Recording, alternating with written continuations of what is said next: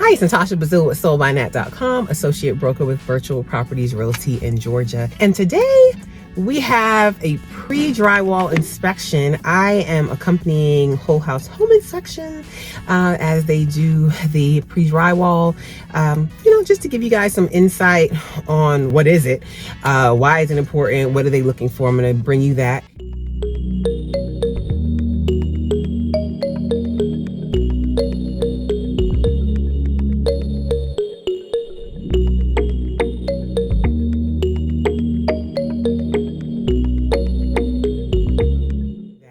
I actually tried to do this video a couple of months ago with a different builder, and yeah, it didn't work because the house wasn't ready for the pre-drywall inspection phase. And I had some headbutting with that, we'll say the on-site agent, because her standard of, or their standard of what a house should be, or the stage a house should be at for pre-drywall, yeah, was not what we're accustomed to. So yeah, that was interesting. So if you haven't seen that video, well, not that video, but if you haven't seen the video where it says, do I need an agent when buying new construction? Check that out. But yeah, let's get out, go into these elements, and we're gonna follow the lead home inspector, John Watson. So let's go.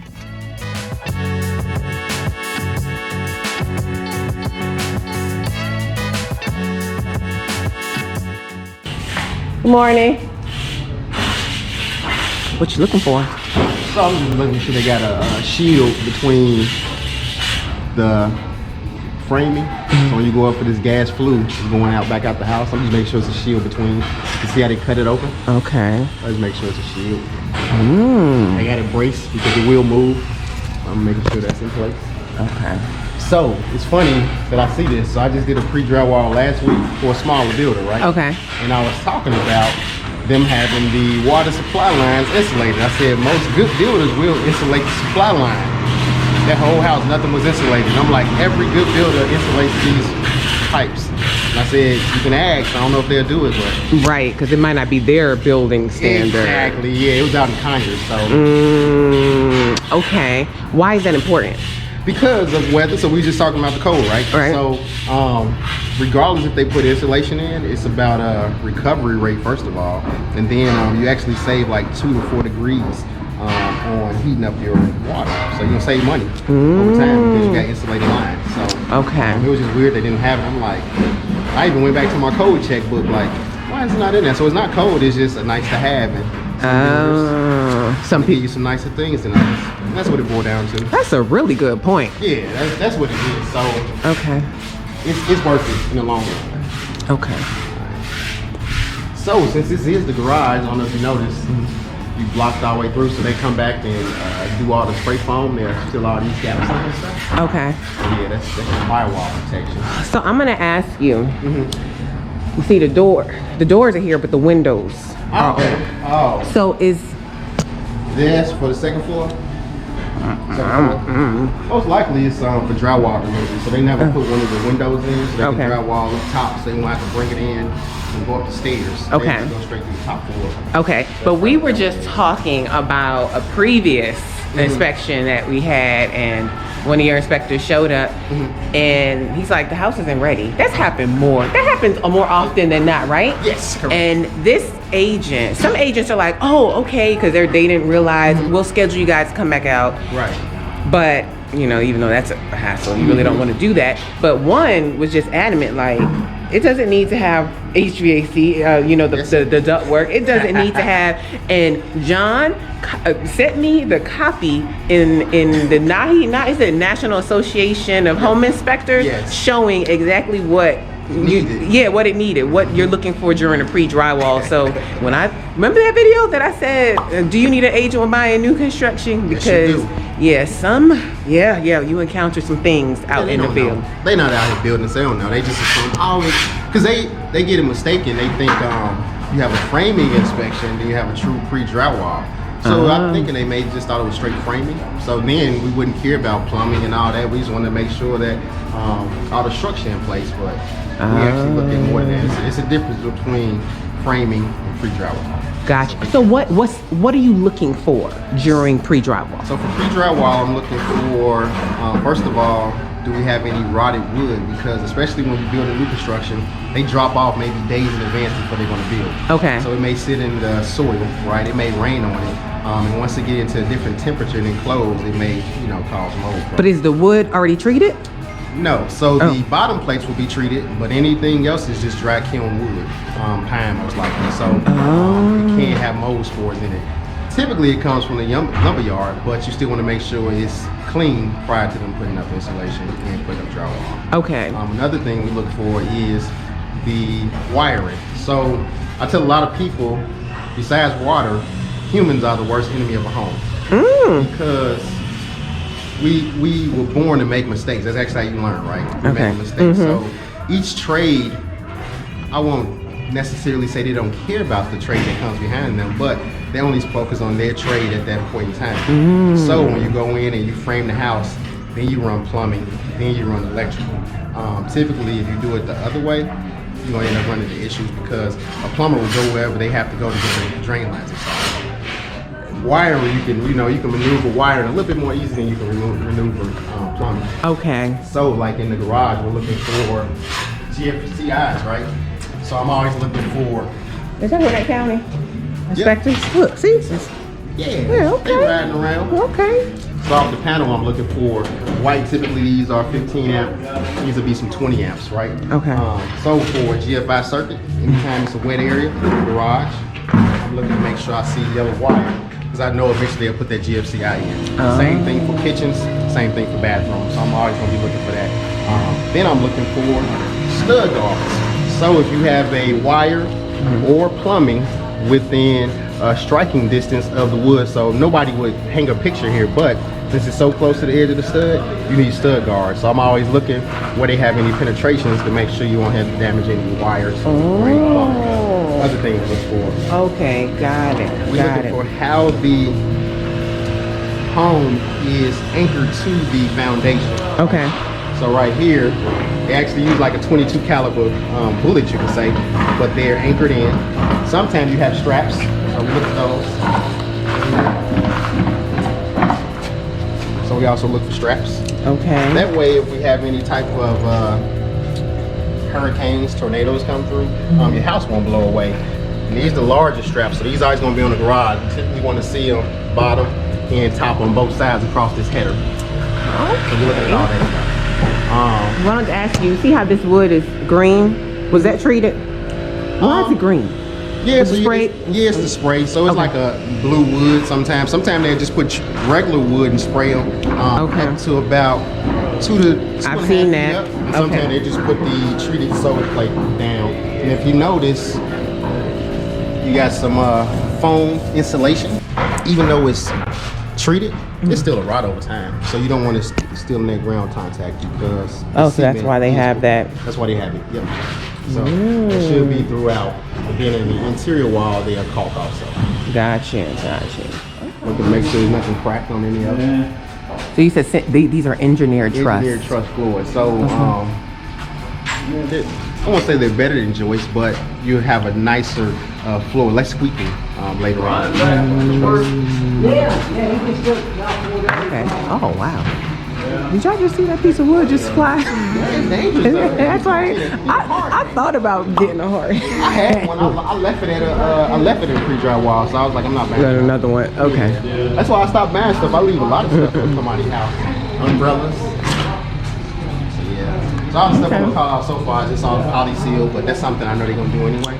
Like that gap right there. Yeah. So any wall penetration should be caulk. So you have fire blocking, and you have your regular spray foam, and you have poly seal. Okay, and this is what you were talking about, the bracing. Yes. So that they couldn't. The condensate line out for probably for the water heater. Okay. Yeah. No, that's for the AC line. The water heater here. So yeah, that's gonna be that condensate line out. Okay. Yeah. Okay. I'm making sure you have all your P-traps for bathrooms, so most likely that's your... That's something that's often called out on resale homes. like under the dishwasher, like they don't have the correct trap. It should be a P-trap. Yes. Yep. Yeah, a lot of people put an S-trap in, or they put a flex drain line, because it's always a do-it-yourself, a DIY type thing. Okay. It should be a true P-trap. P-trap, and that's that's the curving part right there. Yep. Okay. All the traps. Okay. I'm looking for proper slope. So if you stand back far enough, so from here I can tell that the drain lines go out that way, right? So I don't know if you notice, it drops to a slight slant down to the main trunk line, then it's gonna run out the house. Okay. Down the wall. So I look for all the proper slopes. And these are the things you can't see once drywall's up. Right. Like, oh, my bathroom bagging up. Did you do a pre-drywall? No? Well, probably gotta go back to the wall and see what's wrong with the plumbing. Okay, and there are some builders that do not allow pre-drywall. Yes, that's true, because I won't say they're taking shortcuts, but you know, things can get busy. Some things get missed. Yeah, I was told that, you know, it can hold them up in their process if they're waiting on people to come in. And so that's funny. Okay. So that's actually one of the main reasons you actually want to pre-drywall is because things get off schedule. So you can create the perfect schedule, right? Things happen, maybe a delayed manufacturing, or we've been going through it for 2 years, right? No lumber. Lumber actually getting better, but people missing ductwork. We still have the issue on windows and doors. So imagine that you're on track, you're building this house, and a certain material doesn't show up. You stay on schedule. Any project manager know, let me skip ahead to a different function. So you start having trades come in when they shouldn't. That's when you may have problems that occur. And that's why I say humans may be the worst enemy of a home besides water, because they're gonna do something else like, oh well, that's not ready yet. So you can tell they just was doing something with this floor, right? And they jackhammered into the floor to change some of the plumbing. Maybe because they had to go back behind themselves and fix something. Gotcha. That's one of the reasons you want it, because people will make mistakes. Okay. So I don't know if you noticed this grayish looking. Yeah. That's because they screwed and glued the subfloor down, which is nice. That prevents some of the squeaking, right? Okay. Because what happens is when you have just your regular nails or fasteners, just construction screws, over time as you go across that floor, it'll start bouncing, right? Okay. You screw and glue down the floor, you eliminate some of that. Okay.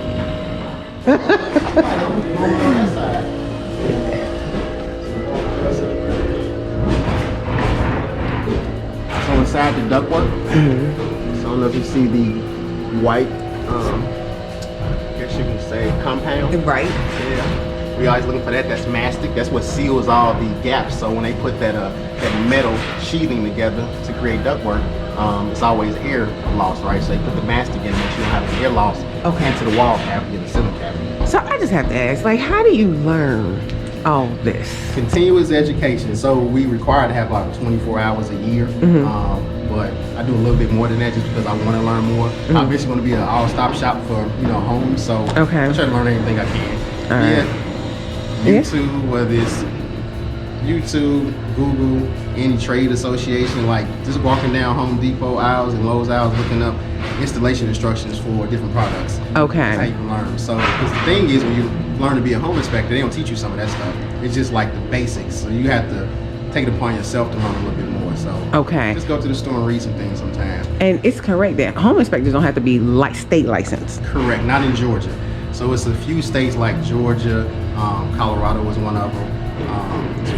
Most states will, so actually everybody in the Southeast except Georgia. Really? Tennessee needs it, Alabama, Florida, South Carolina, North Carolina, they all have to have license, but Georgia you don't. So a lot of people say it's like the Wild Wild West. So you got to find you someone who actually has some type of knowledge, because you can wake up tomorrow and say, yeah, I'm a home inspector. See? Yeah, you know, it's strange. Yeah, you stay on it, because I contact you like, yeah, I'm in the training. You have to, because it changes so frequently, right? So like this house is going to be built to 2018 codes, but they actually have a 2022 like an update, but we still going off 2018 because all that information can't get sent out to all these subcontractors and builders in that amount of time, because you're going to run into a lot of issues. Okay. And that's one of the reasons we typically don't go out and talk about code. We can know code, but we actually don't talk about it. We just talk about what's right and what's wrong. Okay. You start bringing code into it, it depends on what that build is going by. They go by 2018, 2015, 2020, 2022. So okay, it normally takes about 3 years to get up to date. Wow. Okay, but you're educating people, right? Because you opened a school. Yes. See? Yep, I'm opening a school. Yeah, so I actually I had some students already, so they're enjoying it. So I got 2 more that's about to sign up. So yeah, so I try to take them out one at a time. Okay. I try to do the school a little bit different. Most classes you'll have between 5 and 10 students in a class. Most of it is classroom, so they'll get that practical knowledge. Mine is more on site. Oh, that's good. Yeah, so we'll do classroom if they want it, or some Zoom meetings, but I take them to the field. So they come out on at least 5 inspections with me. They can spend the whole day. It's like a day in the life of. It's more of a mentorship program. Listen, spend time with me. Y'all hear that? If you are seriously interested in becoming a home inspector, John's contact information will be down below. And mess around, I might be go ahead and join a home inspector myself. So hey, it's a good thing for realtors to go through. You know, so I was actually talking about it to myself, but I saw a post on Instagram, and it was like, hey, you know, it was down the street. It was a Chase Landing, and it was like, you know, rent for $22.50. Yes. And a lot of people say, oh, you can buy for that. You can, but everybody shouldn't buy a house. Ooh. Just because it's cheaper to buy than rent, you may not be responsible enough to buy. Because when you're renting, you're not owning it. Some people outgo in some homes, they renters and they take care of them. Some of them, they don't care. They say it's not mine. And if you had that attitude, even when it's yours, like, you still have to practice the correct behavior on maintaining the home, whether you own it or renting it. Yes. I think a lot of people get into these situations don't understand the cost involved. I tell people, whatever the purchase price of that home is, plan on setting aside 1% of that for incidentals and maintenance for the year. So if it's a $400,000 home, have $4,000 ready for anything that might happen. That's a great tip. And a lot of people may not have that, and they just, I got my 3% down payment for this FHA loan, but you don't have another $5,000 sitting around for anything that might occur. And like, if you're new construction, you may be okay, but say you get a resale, right? And it's older equipment, and you say, well, I'm gonna skip my home inspection so I can save money, and then later on your AC go out. Right. You're paying cheap. You had that money sitting around? Probably not, but if I'm thinking about holding a class for people thinking about buying a home before they even talk to a realtor, like, this is what you should look for when you're even on the showing. This is what the amount of money you should have set aside for the things that the realtors and loan officers not telling you about. I think a lot of people get themselves in trouble. Then even if you want to buy new construction, right? Think about how long you want to live there. Most people move every 5 to 7 years. You may be out of your money unless you're in a nice market where it's continually to, you know, increase value. But what if you stand flat? You're gonna lose money because you think about down payments, you think about the mortgage payments that you paid for that 2 or 3 years, all that stuff. And you're like, dang, I'm gonna get this fat check. Actually do the math. Like, even if you're like, I'm gonna get a check for $30,000 after I close, you most likely spend more than $30,000 with a down payment and mortgage payment for 2 years. So people got to be careful. Like, they see it online, they just listen to it and just do it. I don't think it's right. So, okay. Yeah. Woo! Thank you for those nuggets. Sometimes they'll put your the top plate. Like, it's always got the top plate, but sometimes it may not be enough overlap. They did a good job on it though. I'm just making sure it's set properly. If it's not, then you want to look for joist hangers, right? So I'm actually gonna call out this mold. Okay. That organic growth. And most likely that's from the lumber yard, so that's an easy fix. We'll call it out. Looking to make sure any doors and windows have a header, got a king stud, jack stud. Looking for all that good stuff. Okay. Boxes. This is another thing people don't think about. It's gonna be a 3-way. Yeah, it's gonna be a 3-way. So you want to make sure you have it. I might ask the client, like, do you plan on having a ceiling fan or something? I ask them those questions because they may think a ceiling fan switch automatically comes, and sometimes it doesn't. Then they're gonna pay somebody like $250 to come in after they close, cut the drywall down, and add in different types of lights. So that's a lot of things people don't think about. Okay. Because builders won't tell you everything that comes right with that house. Yeah, so far we're gonna be calling it this poly steel. So what it needs to be? Yeah, so like that. You need to have it that orange. Yeah. Okay. So okay. Yeah. And that protects you from all all the drafts from fire. So it's like a fire, nothing really stops fire. It's like a fire pausing. Okay. It prevents some of the air mixture. So it slows down rapid fire spread, but it won't stop it. Okay. Looking for any pinched ductwork. So if I'm looking at going through the truss, I want to make sure it's not pinched. Not bad. It's tight, but it's so the air can so you flow. get proper airflow. So the thing is, I would take a picture of this, right? Maybe as a FYI. Then when they do the final inspection, if I check these two supply registers and they different, this one blowing out harder, right? And this one, then I know that pinch may be too great, right? Or too many bends. So it's something I can document now. Okay. For later on, once you get the final test. Okay. So sometimes I run into a lot of pre-drywall that don't run the wire, the low voltage wire for the cable, and then they got to go back in later on and install it. So it's already done for them, so they're good. Okay. I've had plenty of times you go to the final, they forgot the wall switch. Really? Yeah, I'm like, I can't turn on the fire. They just didn't put one in. I've had one, no water line for the kitchen, for the refrigerator. So we gotta check that. You know, funny you should say that, because I've had, ironically, the same agent. She expressed that she did not feel like, because the bills is off for warranty, she thinks getting a home inspection is a waste of time. No, it's not. Prime example, it was, I won't name the builder. I did the inspection. The wife was pregnant, and they wanted to close fast, right? And I'm like, I get it, you want to close fast, but take your time. And they closed anyway, and I told them there was no installation in the attic, and they had to get that done. The builder said, yeah, we'll get it done before closing. It was like an IOU. I tell people, don't take those IOUs and we'll come back. So I went back for the 11-month home warranty. They still didn't have any installation in the attic. And they said the builder came out 4 times because they was hearing noise in the attic. And I was like, how was your heating and air bills? They said they were expensive. And they was like, and it sounded like a freight train would be going through the attic all the time. There was no insulation to block any sound that came through the gable vent. And I said, well, didn't they go up there? They said, yeah, somebody poked their head in the attic 3 times. But didn't notice there was no insulation because the person that came had nothing to do with insulation. It was an HVAC guy. He worried about ventilation and heating. He didn't care about insulation in the attic. Then the roofer didn't care about insulation. He only cared about what was on the roof.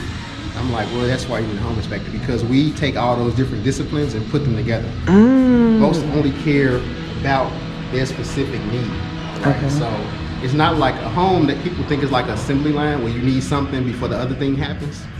It's not the case. You can bounce around and do things to get it done. And that's why you need one. So you just mentioned an 11-month home warranty. So that's also something that you offer as well. Oh, yeah, because depending on the neighborhood, right, you're gonna have some continual settlement. So as they go through these bulldozers and stuff, you have all this bouncing, right? So it's gonna make the home settle faster.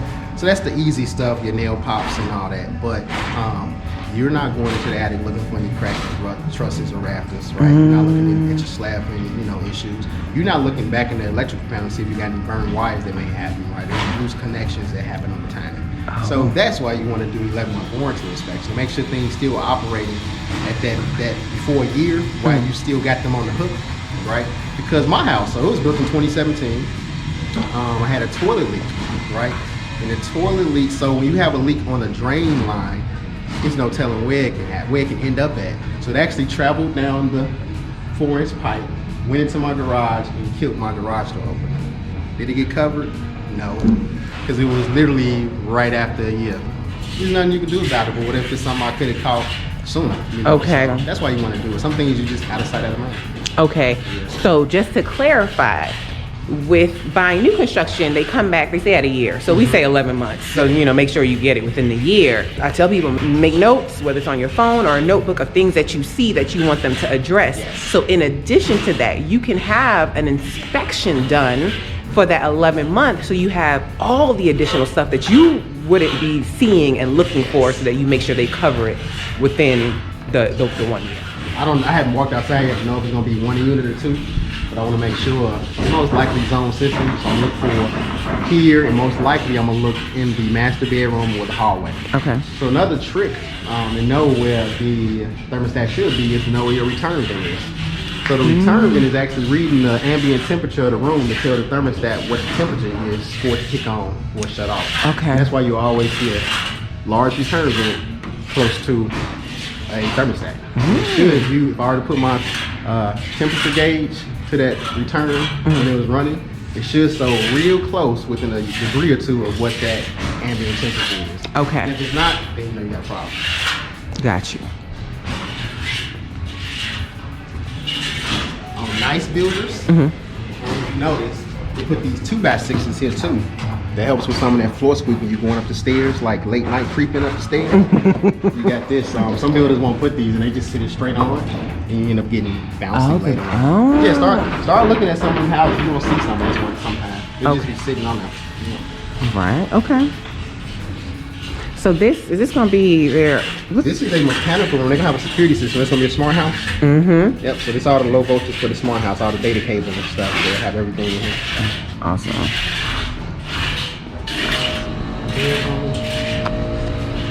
It was so funny. I'm gonna tell you, this was blocked off, and I saw that they came through and noted like, "Hey guys, this needs to be adorned." I was like, "All right, it's good." They have their systems as well. Some don't do that. That's the thing. Some don't do that. I look for door height too, right? So that's gonna be a main hallway. That's gonna be door height. So I've had pre-drywall where one door height was here, the other door height was here. Like, it's just not measuring, just putting it together. Okay. Like little things like this, I wouldn't call it out. It's not impact any type of performance. It's just like you could if you wanted to. So a client might ask like, "Hey, that's a cracked stud. What are we gonna do about that?" If it's more than 2 inches in, I would call it out. But since it's not that bad, and it's an exterior wall, but it's on the interior side and it has extra support, so it won't impact anything. Whoever end up drywall might just rip that piece off. Okay.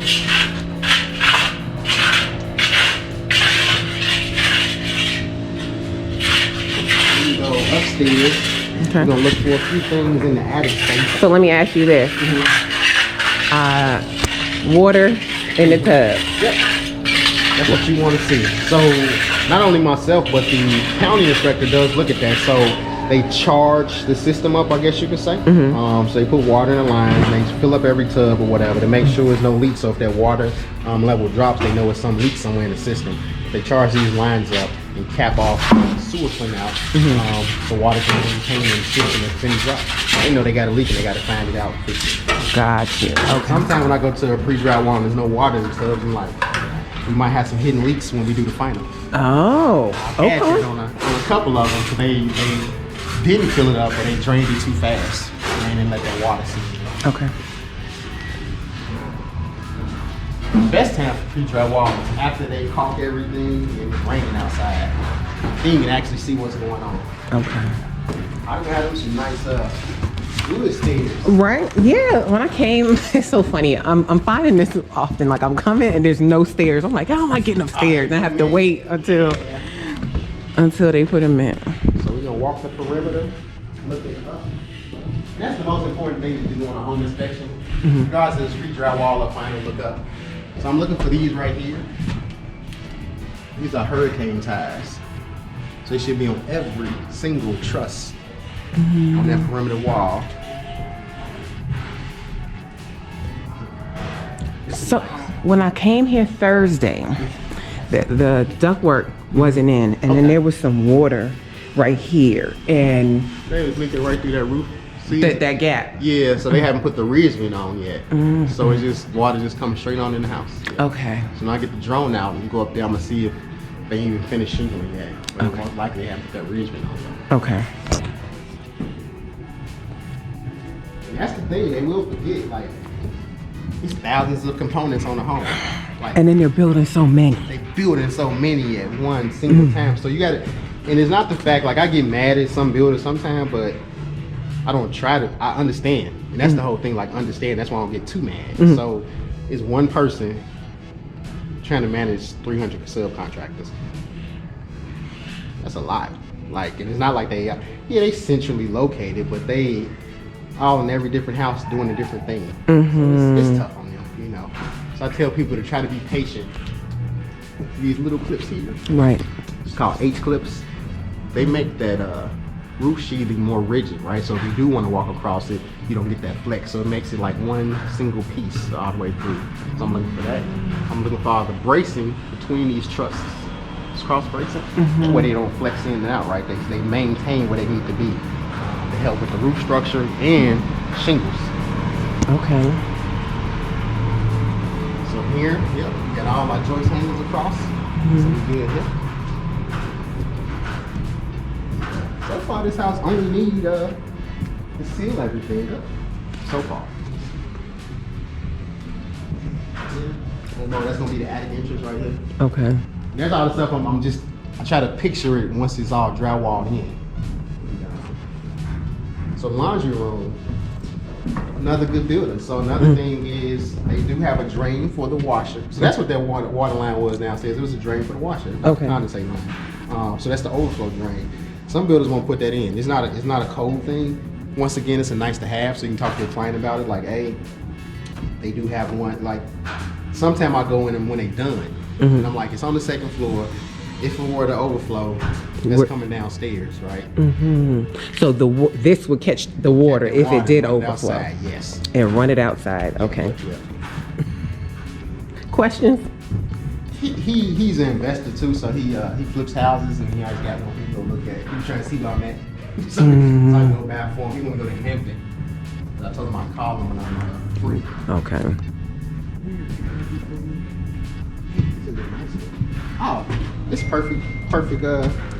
So you see the roof? You can tell if shingles aren't right if you follow them lines. So that's actually the route that the water would take to get off the roof. So it goes down through these channels. And every other should line up. So you can literally look at a roof and tell if it's installed properly by making sure those lines line up every other all the way across. Okay. Nice little trick for you. So you walk up on the house and they say, we just re-roofed. Then you can like, yeah, y'all did a crappy job. Or you did a good job, right? Okay. So along here, if you stick your head out, you'll see the flashing. The black? Yep, the black is the flashing. Okay. Right? And then the house wrap gonna go over that. So are they getting brick or are they just getting all fiber cement? Back here it's all, Fiber. yeah. So they overlap and then start installing that. But yeah, you always want to check for this flashing. Yeah, brick is gonna go on the bottom. You see like the water table? Oh, okay. Right, but just not nice. Okay.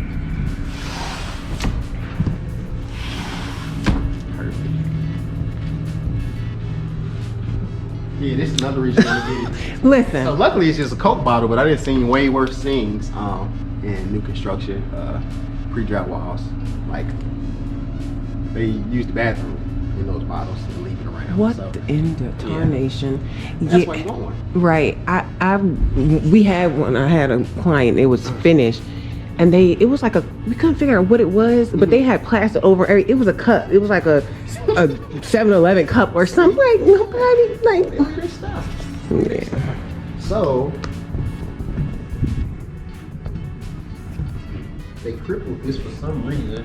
I don't know why. So sometimes if they have a bad stud, they mark it and do a cripple on it. Added support. Yeah, added support. Because what happens is sometimes it bows. So you actually want to make sure they all bow the same way. If they're not bowed the same way, you'll get wavy drywall. Sometimes you cripple them like that. To make it work. Keep bad stud.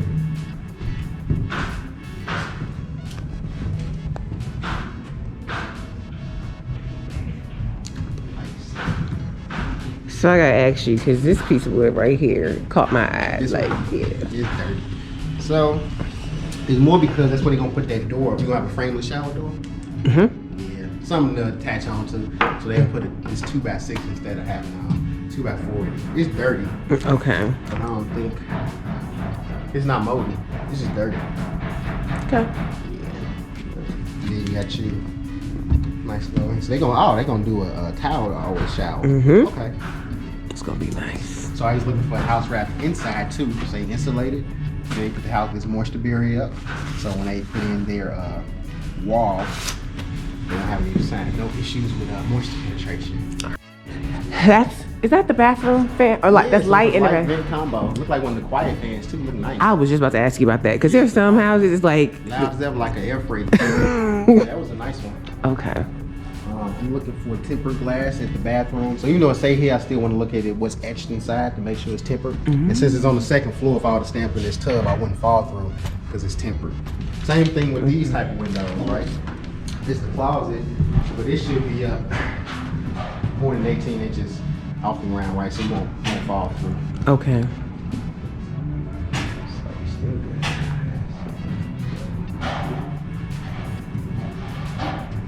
Got every single hurricane type. Not bad. What's all these markings? That's in 4x2 on the left hand. So that's just the framers. That's the door. It's gonna be a left hand open door. Oh. So that's the side, the width of the door. So this is actually like a 28 inch. Let's see. Yep, it's a 28 inch opening. Okay. That's gonna swing open left hand. That's what that means. Gotcha. That way they won't put the wrong doors up. Because sometimes you'll have a door that's flipped upside down because they bought the wrong door instead of getting a new one. They had flipped it, and then it because it didn't open the wrong way. So okay, that's why they're marketing it.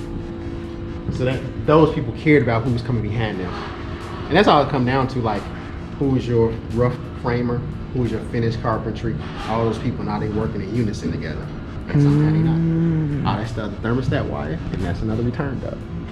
Oh, because the return's right here. Yeah. So it'll. So now I know this is the master bedroom. Even though I saw the bathroom, now I know for sure this is the master bedroom. Okay. They're gonna have a nice tray ceiling. Yeah. Cut out. So I try to see all this stuff in my head before it drywall's up. It's hard, but man.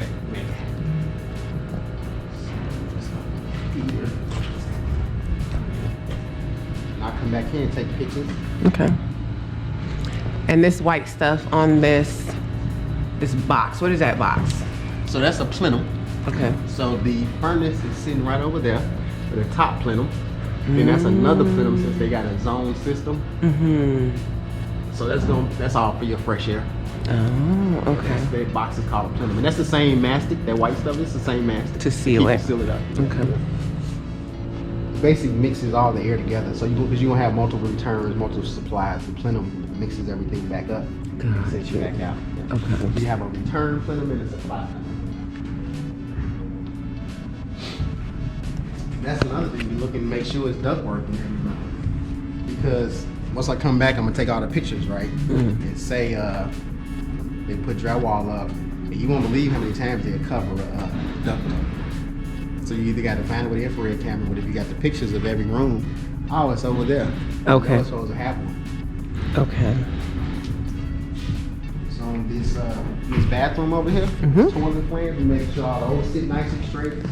Because I've caught a few of them that's lean, so now your toilet gonna rock, it won't sit straight. And then put that wax on it. Oh, here. okay. On this wet vent, we want to make sure both sinks slanted down to flow properly instead of flat or the opposite way. Sometimes we catch that. Okay.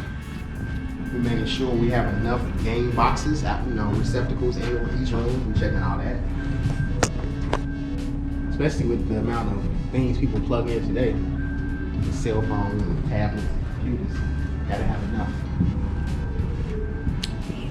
Yeah.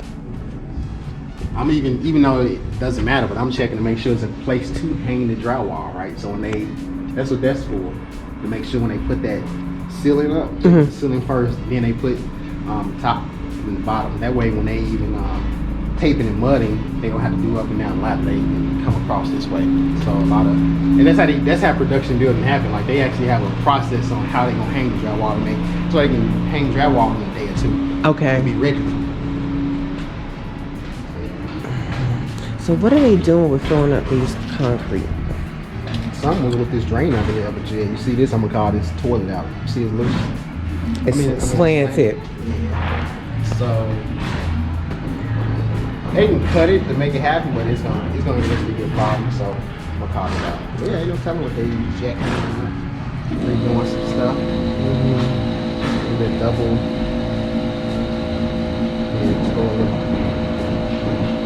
Yeah, so I'm making that's another reason. Sometimes you'll go to new construction and they have the same color. They had clear, same color for hot and cold. And you notice that's gonna be the hot line, so you're gonna make sure not a hot line runs into your toilets too. With that hot water. Okay. That'd be interesting. Yeah, it's happened. Cause some people they install bidets. So they just have all hot water. All hot water. So house wrap, and the bottom section should go under, or basically the top section should overlap each next section. That way when water goes down, if it was the opposite way, water would get behind the wall. So that always has to be under, so we're looking for that also. Okay. Looking for either washers or wide for the nails. We're looking for the flashing on them. Plastic caps. So they don't rust? What? Well, what do they do? So it won't pull away, because if I don't have this plastic grommet, that'll pull right out. You know, so they staple at first and they go back in with those. Okay. Just to get started. The tape, same way. We'll do one on the side. I don't know if you can look all the way up there. But the tie back wrap will go over the top of the flashing tape. Okay. That way anything comes down, it'll wrap around it. Okay. So I always just imagine myself as water when I'm at a house. Where would I go? Because water will jack some stuff up. Just imagine you water, and where should you go?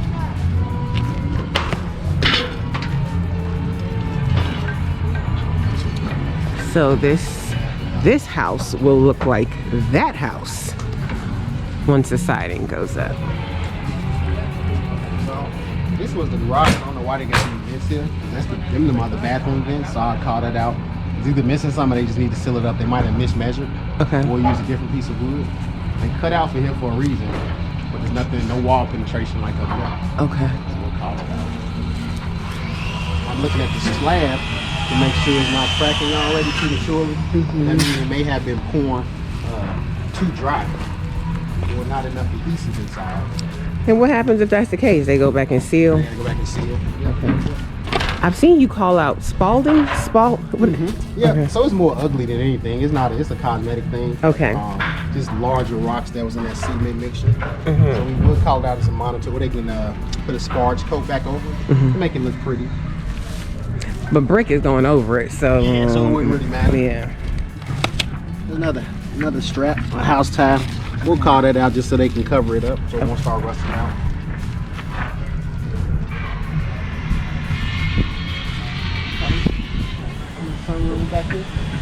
Yeah. They were on the fence about adding it, but I'm glad they did. Oh look, they're gonna have a fireplace, a game day day. They can always do that. Yeah, it extends your living space. Roofs, I'm looking for additional overhang. Make sure it's not thin on the shingles, because if it's too much overhang, the wind will catch it and they blow off. So it's a certain amount that you got to cut back on the shingles. Okay. So I noticed like this piece of wood is like slanted. Yeah. They just using it to prop it up. Okay. Because they're gonna end up wrapping them with the columns that are in the front. Yeah, okay, so got it. Supported. I hate these things, but yeah. So it's gonna look like those over there when it's done.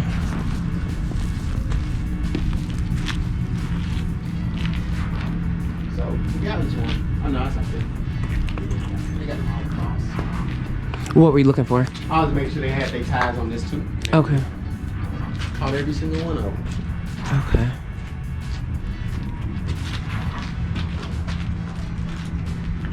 So I will call out this one. It's not technically needed because it's up against this, but I'm gonna call it anyway. You can put one on the side. A one of what? Another hurricane tie. Okay. Got them all on that side. They could have put one. Okay, got you. And hurricane tie, you talking about this? Nah, that's just a regular nail. Okay. These metal plates right here. Okay. Yeah, Okay. Got you. Okay. Yeah, it's cool. I follow. Okay, so they got the jackhammer all this up when that or they gonna have to get it up because you said they bricking all around them out. They gonna have to man, that's a pain, but hey, that's what they do. Okay. Yeah, that's that pour out when put that form down. Okay. And all this side that flow out. Yeah, that's what's up. Okay. Yeah, they just get a bulldozer and get it up. Knock it out. Yeah, basically everything's pretty good on here. They just need all the pipes here. So yeah, you're gonna have one AC then. So one AC and it's gonna be a zone system. Then both thermostat wires coming back out to the house control. Okay. It's gonna come to it's gonna go into a zoning device. Ground rod, copper line ground rod. Why is that important? We call that a lot.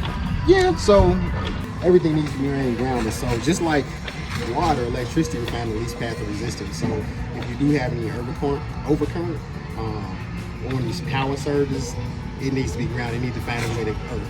So that backup electricity will find ground. So you want to, that way dirt is dissipated at extra inches. So I'm always looking for a ground rod or a woofer cable, which is inside. Or from the basement, it'll be down inside the wall. I'm always looking for that. Is that the one where it's like if electricity hits the house, it's gonna go to that part or something? Yeah, and not short everything in the house? Yeah, so your arc faults a trip for bedrooms and different things like that, but all the extra current will run into the ground. Okay. So I don't check grading on the pre-drywall, because I know they said that final grade to do. Some people will, but there's no real purpose because we know they got to come back, regrade the landscape. Okay. I'm more looking at the house itself. Yeah, I'm gonna double check that one, but I know they had to go. No, they had to go back and add the dormer. I wonder. This one knows they put first? No. That's what, yeah, they ain't looked at it all. Okay, so they added that. So I wonder if they coming back to add that in that. I don't know. Probably so. Yeah. If you look at international ASHI, it even tells us representative number of like windows, floods. You don't have to see everyone. We track anyone we can get to. We gonna check on it. Yeah. County do it the same way. Like if they got all these houses building, they might do a representative number of houses. They can say, well, these all the same subcontractors. I'm gonna look at like 500. They got such a busy schedule, and they will miss some, but they gonna go through real quick. Like you wasn't here long. That's the difference. They only look. They looking at code. I will say that. So just because it's up to code doesn't mean it's gonna perform over time. Because it might be in the right spot, but what's gonna happen in 3 to 6 months is it? Because they don't touch anything. Like is it tight? Right. So that's the difference why you want your own independent person to come in and check it behind them, or in addition to. So that's what I tell you. All right, so we are done. Listen, it says it's 46 degrees. It feels like 30 something degrees. I need to warm up my hands because they're numb. I cannot feel them right now. But everything went well.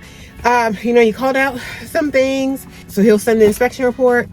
I'll send the inspection report to the on-site agent. The on-site agent will send it to the superintendent so that they can double check. Like the more eyes on things, the better. Clients are happy. They asked some questions. They got their question answered. So yes, guys, my fingers are so numb right now. What? So thank you guys for watching. John's contact information will be down below. And yeah, if you have any questions, leave them down there. You can always reach out to me, schedule time to speak with me on my Calendly.